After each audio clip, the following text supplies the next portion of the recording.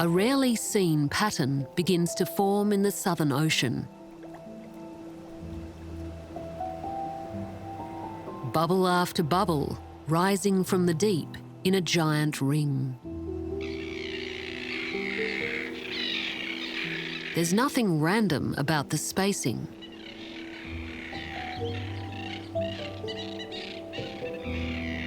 And the bubbles are enormous.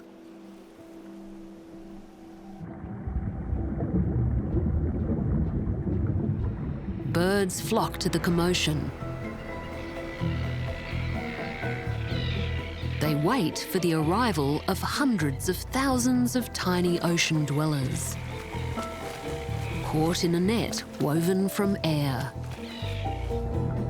They are trapped and surrounded, and in a few short moments, consumed.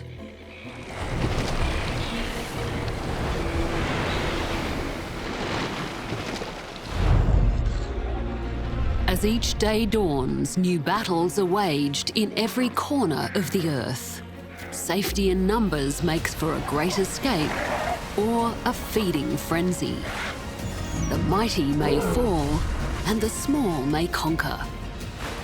By cooperating, surrounding, and rallying to the defense, in a desperate bid to survive and thrive.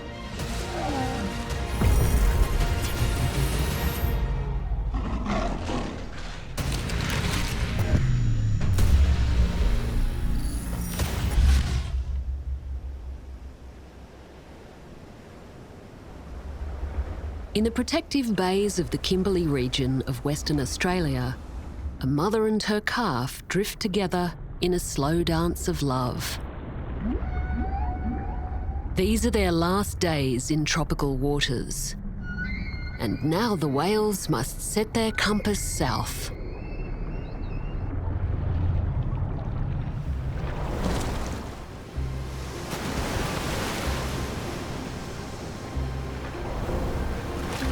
Once a rare sight, humpback whales now number in the hundreds of thousands. Their migration route down the coast of Australia has become known as the Humpback Highway. It's the longest mammal migration on the planet, taking the whales around 3 months to travel a distance of more than 5,000 kilometres. From their tropical breeding grounds to their feeding grounds in the waters around the giant continent of Antarctica. This is the home of Antarctic krill, a tiny shrimp of huge importance. Krill spend winter beneath Antarctica's massive belt of sea ice, feeding on the algae trapped within.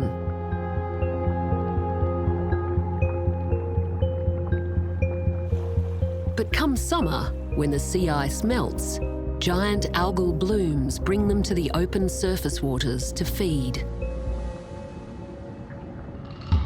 They form swarms as thick as 30,000 individuals per cubic metre. And with swarms stretching hundreds of metres in length and breadth, they can be considered a superorganism. Safety in numbers is their primary defence. But they can also emit light. It's thought their bioluminescence helps disguise the shadows they cast in such enormous numbers. But whales are well attuned to finding such swarms. They are the ocean's largest and most efficient predators.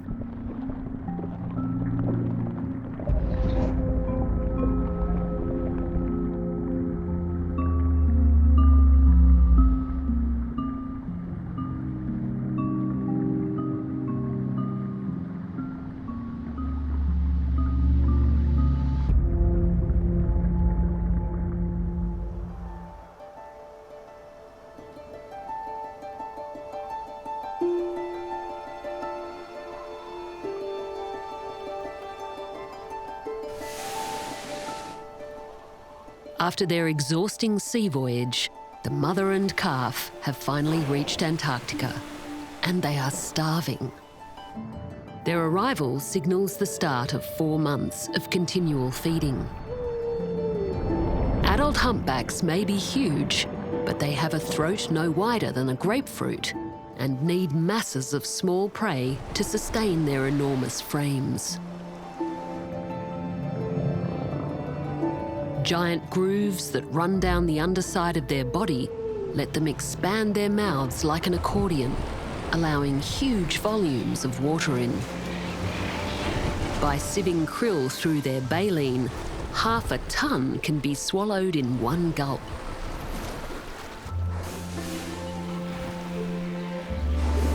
They can hunt perfectly well by themselves, but we've recently discovered that humpbacks in Antarctica also know how to team up to maximize their catch.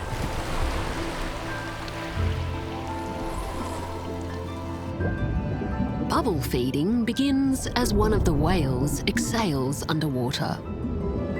The others join in, creating a net of bubbles up to 30 meters wide around their prey.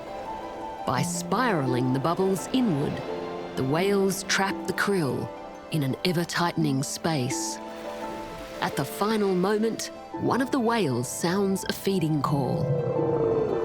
The group rises up with open mouths at the same time for a krill banquet.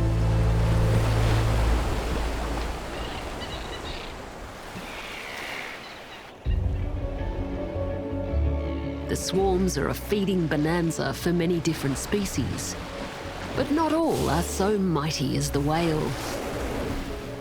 And for smaller predators, like penguins, the journey to find krill can turn hunters into the hunted. To get a belly full of krill, penguins must leave the relative safety of the ice and jump into the chilly waters.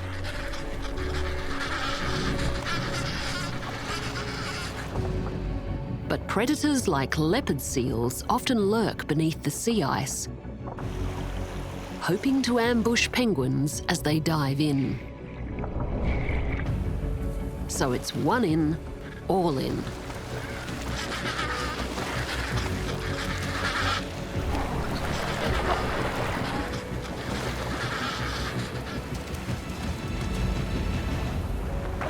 To maintain their speed, they porpoise in and out, taking breaths on the fly.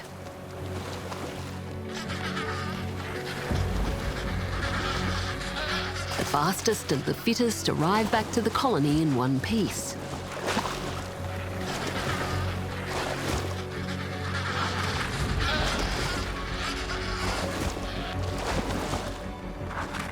It appears they are just in time. Patrolling the ice edge is a pod of orcas, also known as killer whales. The world's largest dolphins, and their favoured food is seals. But as highly intelligent and social animals, they're cunning enough to see an opportunity on the ice above. They're tempted by a colony of emperor penguins and their chicks. But just for the moment, these birds aren't going anywhere.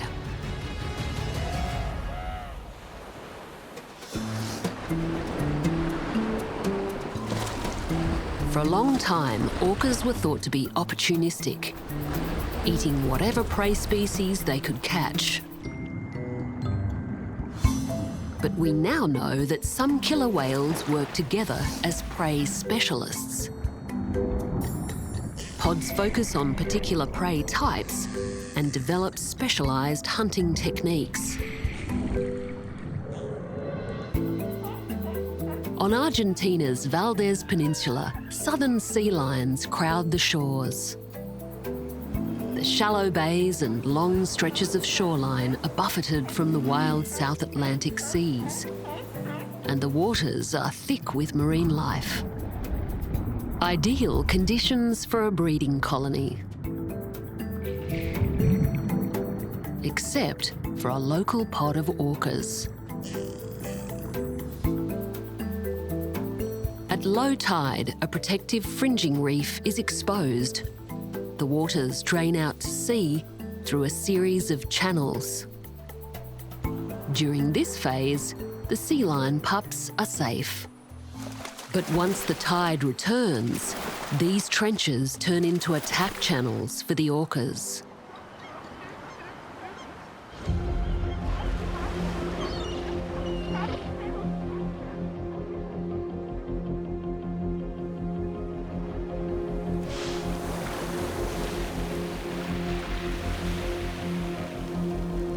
The pod have learned how to hunt the young and inexperienced sea lions using a unique and risky strategy called strand-feeding.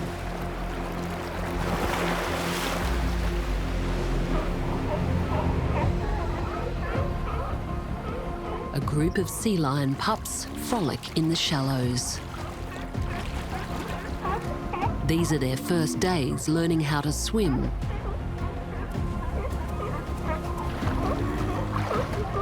Offshore, the orcas keep a close eye on them.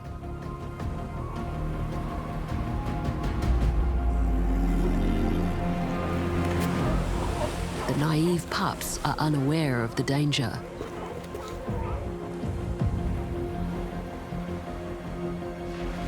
From behind, an orca closes in. Measuring nearly 9 meters, it hits the sand like a giant bus, beaching itself in an attempt to grab the sea lion. But being small and nimble has its advantages.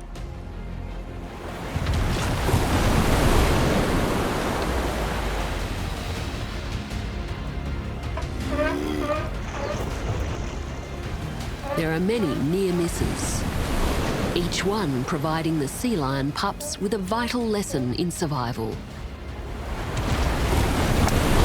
Eventually, after several attempts, the orca seizes a seal pup by the tip of its flipper. It's a violent end.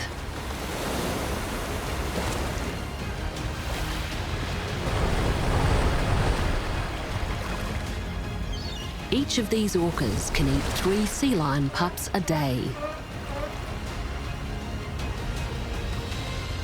Once they've had their fill, there's still time for sport.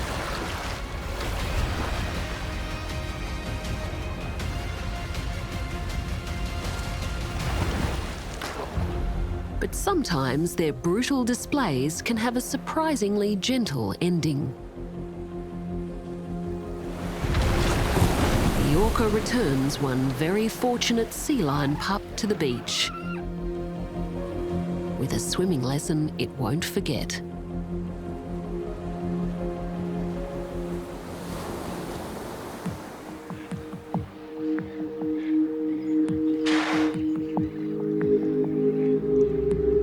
The only other dolphin pod known to engage in strand feeding hunts the tidal creeks and marshes of South Carolina.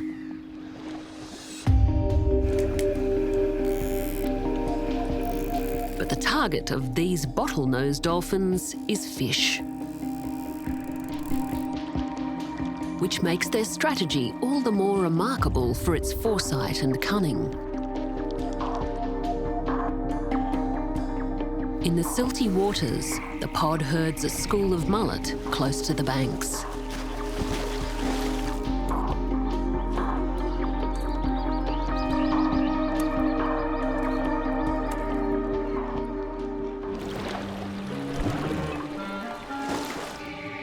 Once in the right position, the dolphins group together to form a tight line and make a run for the fish. They race forward, creating a wave of water with their collective body mass. As it breaks, the mullet are thrown onto the bank.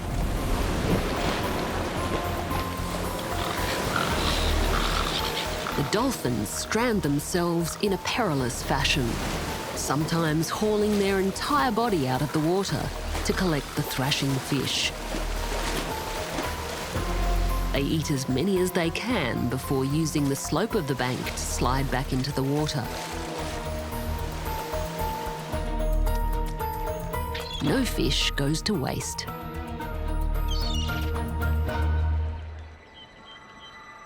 For some unknown reason, the dolphins always strand feed on their right side, and over the years their teeth on that side bear marks from the sand. Strand feeding is a learned behaviour, a hunting strategy passed down from mother to calf.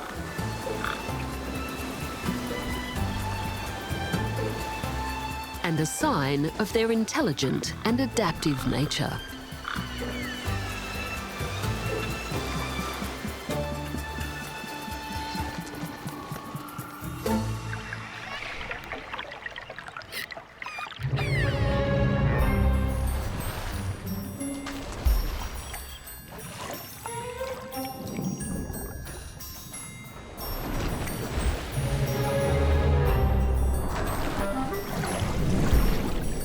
Most of the time, dolphins cooperate between their own species, often in a tight-knit family group. But in the Brazilian sea village of Laguna, the local fishermen uphold an extraordinary tradition. For more than a century, they've formed a unique and enduring relationship with a pod of wild dolphins. Both are fond of mullet. Normally, they'd be competitors, but instead, they're combining their special skills. The dolphins begin the hunt, herding fish into the bay. The fishermen have taken their positions, with fish nets at the ready. Some stand on platforms to avoid detection. As the dolphins approach, a tail slap signals the fishermen. The men spring into action, throwing out their nets just as the fish are driven in. As fish turn back from the net, the dolphins are ready. It's a win-win for all involved.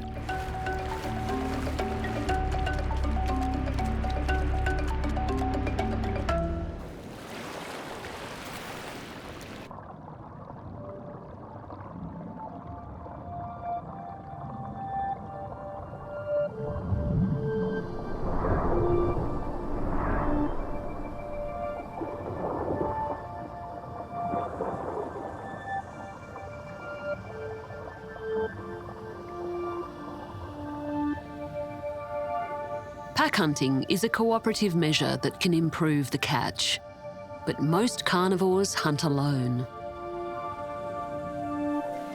And if you're a giant with an appetite to match, loneliness is a taste to be savoured. The mighty whale shark is the biggest fish in the sea, reaching lengths of up to 20 metres. It can't bite or chew, and it's not particularly fast. It coasts through tropical seas at just 5 kilometres an hour. But it has no need to chase its prey.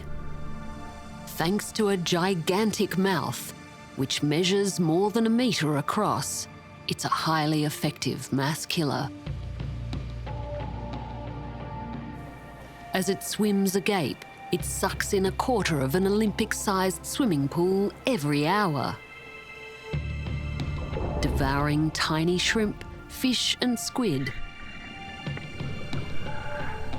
To sustain its mass, the shark vacuums down around 25 kilograms of marine life a day. A fish this large creates its own habitat, providing a hunting ground for other marine life. Remoras hang from the whale shark like streamers, feeding on its many parasites and catching a free ride.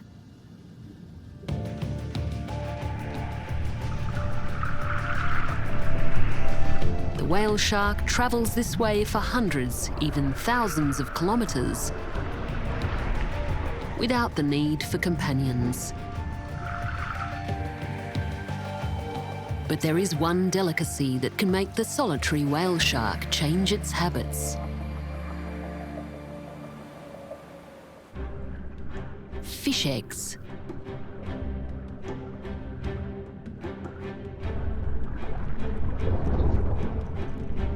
Fish tend to spawn at the same time to give themselves the best chance of reproductive success.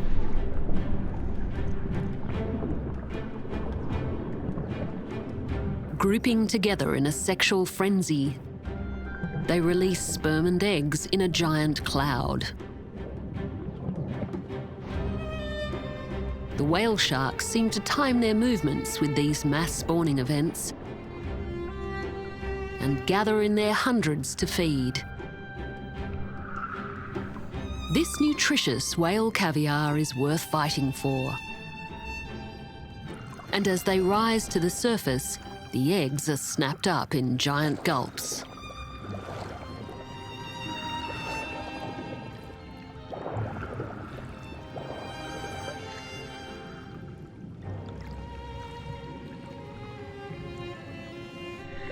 Once their annual feast is over, the whale sharks fade into the blue, returning to their solitary existence once more.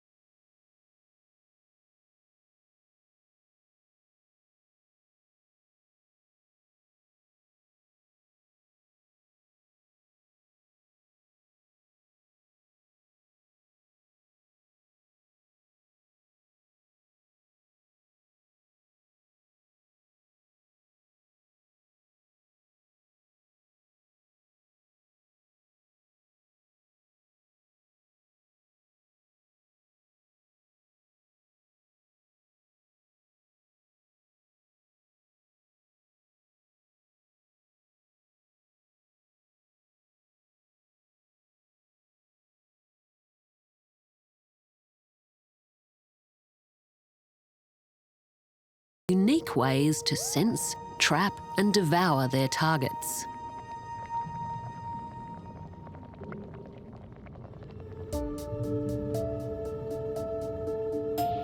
A basket star strides across the sea floor.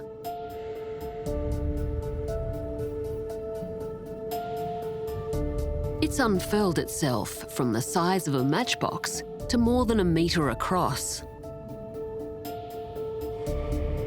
It places itself in position, ready to catch zooplankton as it rises from the depths.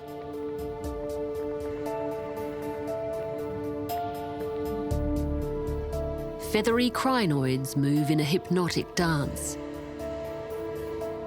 sieving the seawater to remove floating organisms.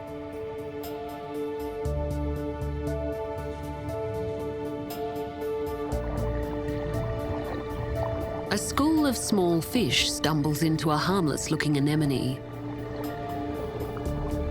It stuns and digests them alive. The squid are next.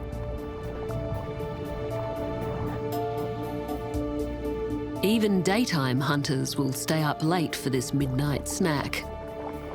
But predators can become prey.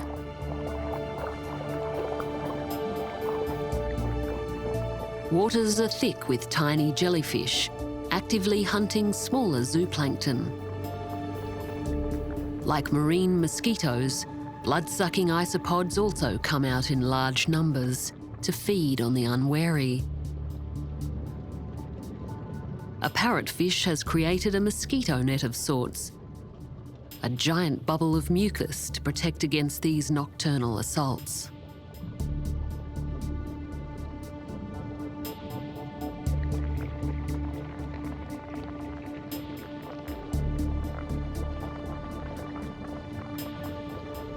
By sunrise, the oceans begin to clear.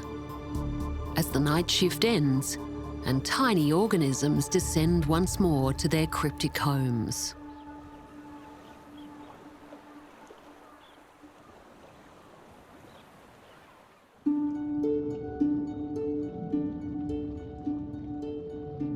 Many different creatures rely on this nightly migration, and it could be vital for the continued survival of coral reefs.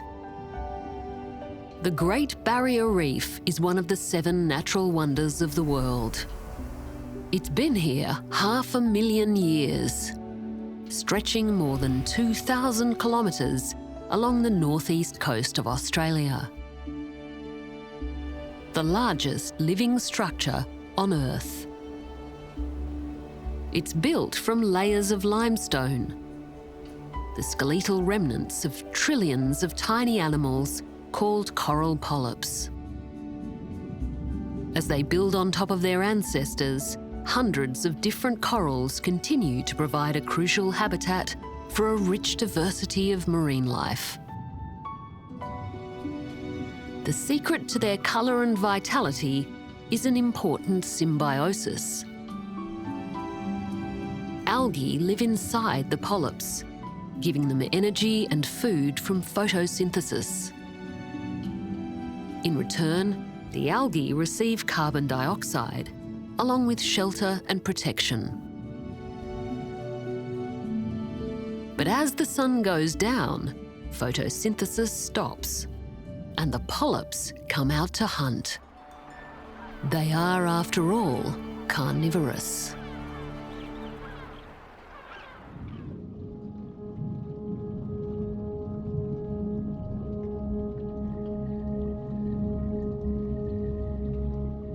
It's pitch black in the ocean shallows.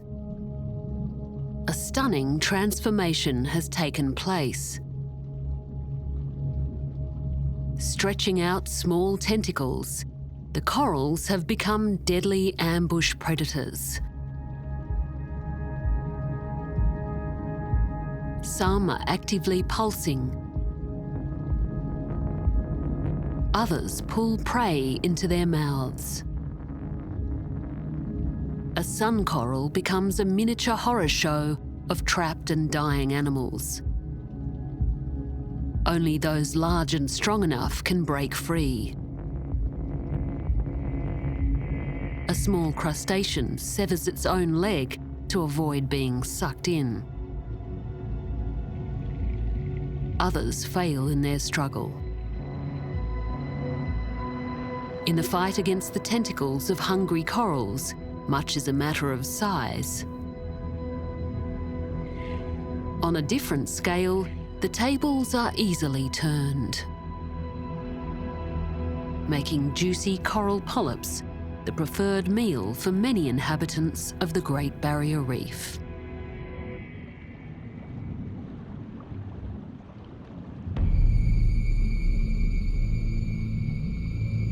Across the sea floor, an army gathers.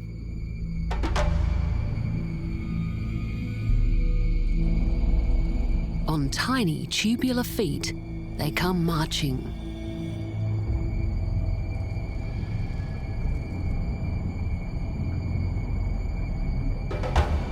The crown of thorns starfish is a formidable predator, and it can spawn 100 million eggs a year.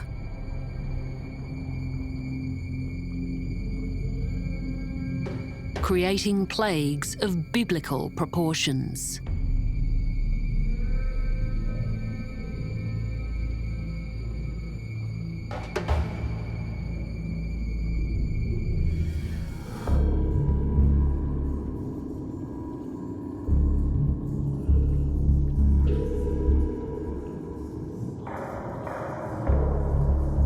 Together, the starfish suck the colour and life from the Great Barrier Reef by digesting coral polyps alive.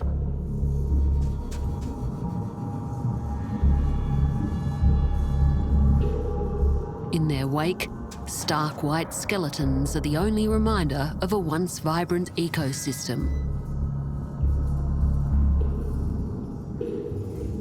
The starfish prefer faster-growing staghorn corals. By reducing staghorn numbers, they can bring balance to the system, allowing slower corals a chance to compete.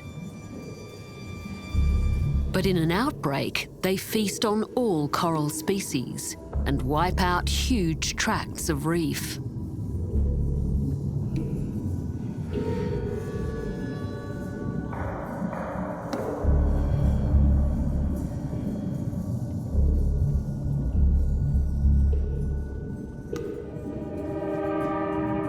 But there is one reef dweller that can drive fear into the heart of any starfish.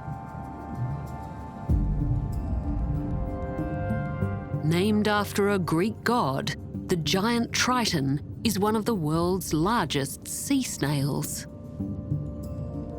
Carnivorous with a taste for starfish, it's on a relentless pursuit. One that can only end badly for the crown of thorns.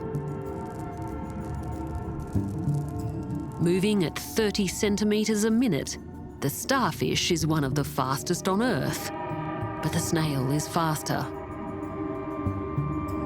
As it reaches its target, it pays no mind to the venomous spines.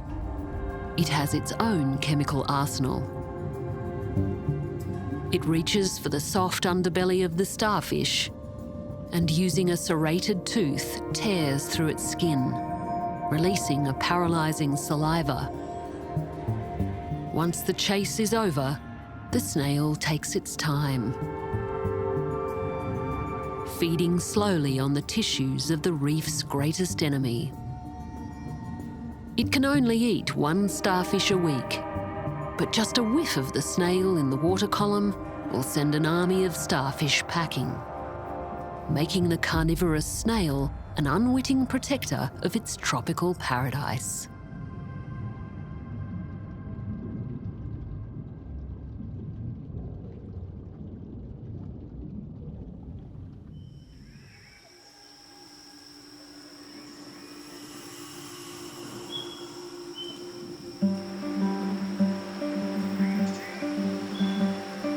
Warm and wet environments are typically good places to live, and tropical rainforests are the pinnacle of productivity. They occupy just 2% of the Earth's surface, but support the richest diversity of wildlife. No one knows exactly how many different species live in these ecosystems, but some estimates are as high as 30 million. That breeds fierce competition. And some of the most violent battles are waged by its smallest inhabitants, who use their cooperative forces to make a large impact. In the Australian Daintree, a sisterhood of green ants is building a nest. There are more than 100 nests spread throughout the canopy, indicating a colony of hundreds of thousands of ants. Crafted from nothing but leaves and bodily secretions, the nests are a feat of engineering, testament to the ants' discipline, skill, and willingness to work together. First, they must bridge the gap between leaves by forming an acrobatic chain. They pile on top of one another, each standing on their back legs and reaching for the next ant.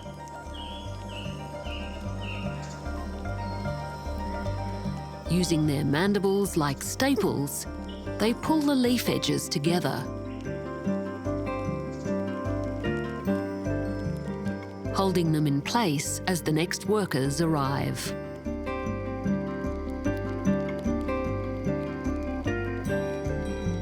These ants have a different role. Carrying their larvae, they squeeze them like tubes of glue.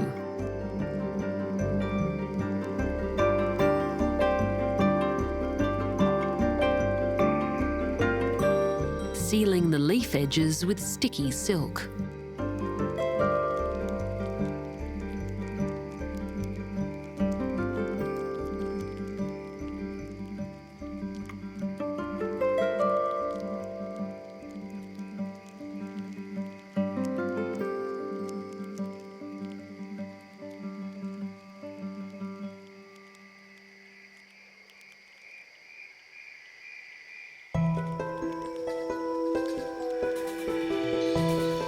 Similar levels of communication and coordination are required for the ants to take down intruders much larger than themselves.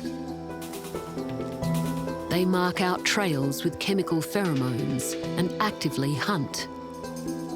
They can't sting, but pierce through the exoskeleton of other insects with their mandibles and squirt acid into the wound.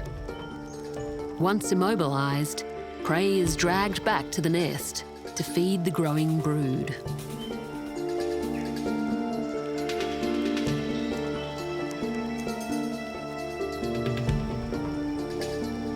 Like many other predators, green ants provide an important service to the rest of the rainforest with their mass attacks. As they defend their own quarters, they help protect trees from insect attacks. But their willingness to cooperate with each other is also their Achilles heel.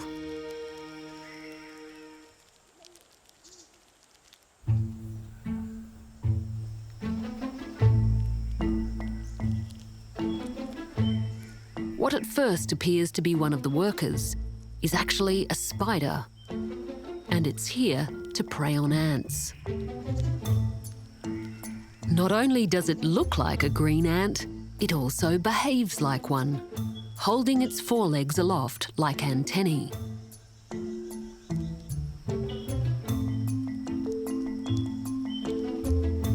Hanging by a thread, it mimics an injured ant and waits for a cooperative worker to come to the rescue.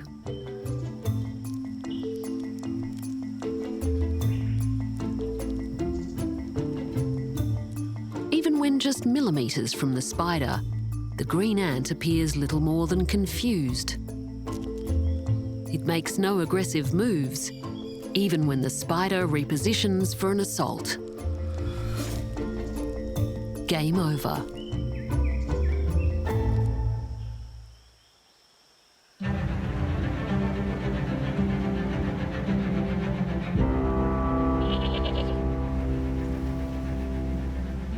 Across the world, many insects are declining from a combination of climate change, pesticides, and habitat loss. But not all are doomed.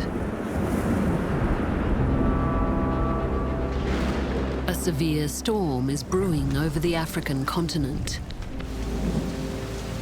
The rain comes down in sheets. Rivers turn to torrents. And in the saturated soils, desert locusts begin to lay billions of eggs. And when the flood subsides, the skies fill with a new menace.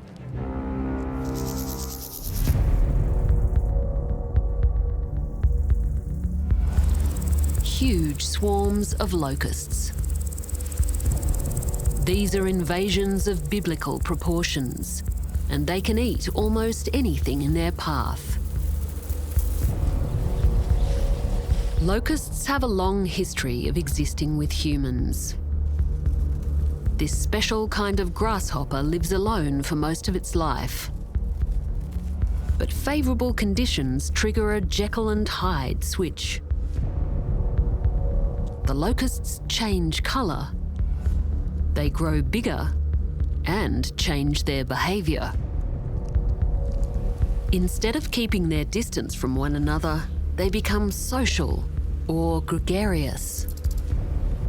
And together they launch a coordinated attack across the landscape, decimating food crops.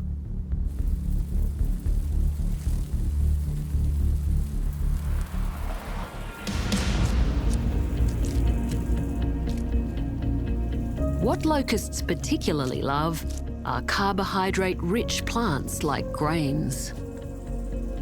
Each insect only consumes 2 grams of vegetation a day, but during a plague they can number 80 million a square kilometre. As they march through the fields, they consume any food available, even their own carcasses.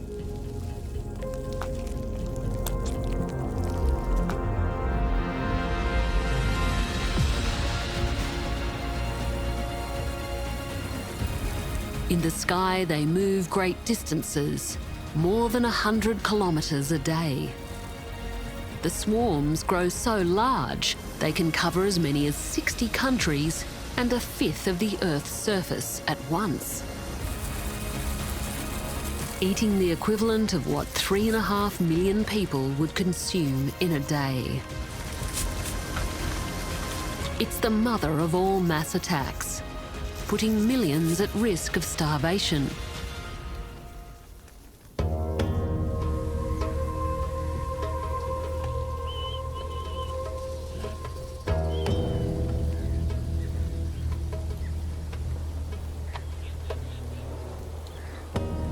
What causes the animals to swarm together has only recently been discovered. When 4 or 5 individuals get together, they emit a chemical that attracts others. But there's still no easy way to prevent the attacks. And with more hot weather and extreme rainfall predicted, it's a menace that may only increase into the future.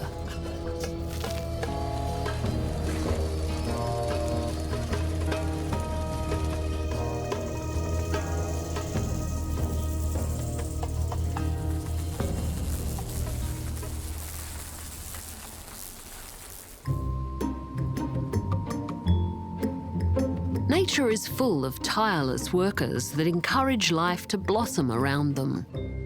The world would be a much duller place without bees. Much of the colour and fragrance of flowers has evolved to attract these tiny pollinators. And there's a remarkable variety of them. More than 20,000 species. Most are solitary, but honeybees are social, gathering together in huge colonies hell-bent on the production of honey. Inside the hive, the workers pack nectar into cells made of beeswax. By fanning the cells with their wings, they evaporate the water, turning the sweet liquid into honey. The vibration of their wing muscles also helps warm the hive, keeping it above 33 degrees Celsius throughout the seasons. But some honeybees have turned this clever trick into a life-saving defence against one of their most aggressive predators.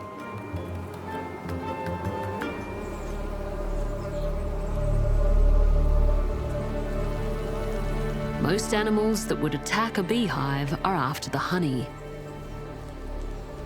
but not the Asian giant hornet.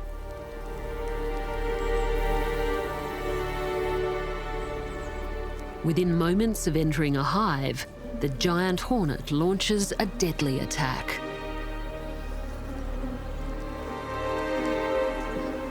Several times the size and armed with large serrated mandibles, the hornet turns a bee over with the aim of a swift decapitation. But before it can execute the action, the hornet is hit by an aggressive swarm. The bees smother every exposed surface of the invader, piling one on top of the other. As they vibrate their wing muscles, the hornet begins to overheat. Inside, the core of the hot bee ball reaches 46 degrees Celsius. It cooks the hornet alive.